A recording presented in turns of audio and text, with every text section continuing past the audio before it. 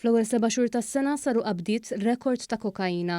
F'dan il-perjodu l-awtoritajiet għamlu qabdiet ta' 2 tunellati u 340 kilo kokaina.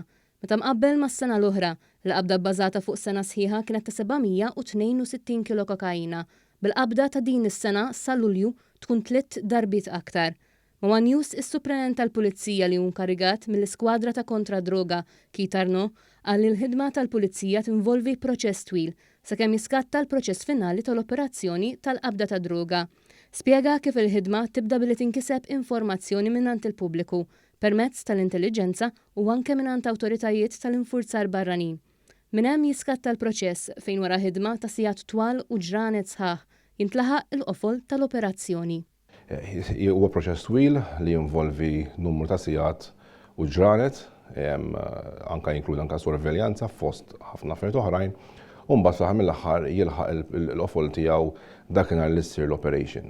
Operations li jsiru konġunti mill-iskwadra ta' kontra droga taħdem ħafna ma' sezzjoni oħra f'dan tal-Korp tal-Pulizija, fosthom l-RIU, IRU biex nġibu informazzjoni ma' aġenziji barranin, tinvolvi wkoll dog section, forensika, community policing, distrett, pulizija mid-distrett, SIU biex jgħin anka neħtlu bil-forza ġo djar jew postijiet fejn jkun hemm bżonn.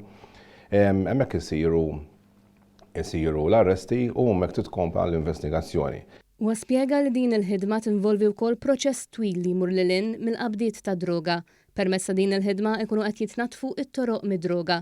Filwaqt l-istess proċess ikisser gruppi ta' kriminalità organizzata u osserva li fil-qabdiet raw żieda fil-qbid ta' qasi tal-istess persuni involuti, fosthom żieda f'qabdiet ta' flus u proprjetà. Rajna dal-aħħar żmien żieda fejn jitlu anke qabdiet ta' flus u anke proprjetà ta' dawn l-individwi u proċess imbagħad li jiskatta fl-aħħar mill-aħħar sal-qorti fejn lan aħħari huwa li l-pulizija tressaq il-kull min b'xi mod ikun involut f'dan iċ-ċirku ta' traffikar ta' droga jew anke importazzjoni ta' droga biex hemmhekk issir ġustizzja u dal-persuna jgħaddi l-kors il-proċedura tal-ġustizzja quddiem il-qrati Maltin.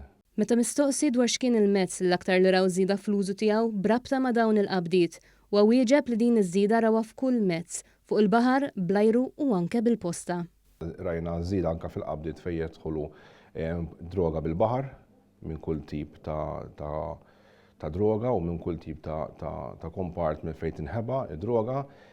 Żieda anke bil-permess tal-ajru fejn meta żieda fejn jidħol qabdiet ta' persuni li waqqafna deħlin bid-droga jew fuq il-possess tagħhom permess tal-ajru jew anke ġo fihom ġo l-istanku tagħhom iġorruha fl-istanku tagħhom mbagħad ikompli proċess biex dik tiġi proċessata u anke bil-posta fejn rajna żieda wkoll ta' persuni li jixxu droga anke jekk forsi f'ammonti żgħar, però fl-aħħar mill-aħħar huwa reat xorta bniedem ma jistax jimporta droga u allura hemmhekk rajna żieda wkoll forsi jista' jkun anke misconception li bniedem jaħseb li jekk qed jimporta droga għalih mhux reat. Fil-verità huwa reat bniedem ma jistax jixxi droga online u jġibha bil-posta u hemmhekk hija legali wkoll.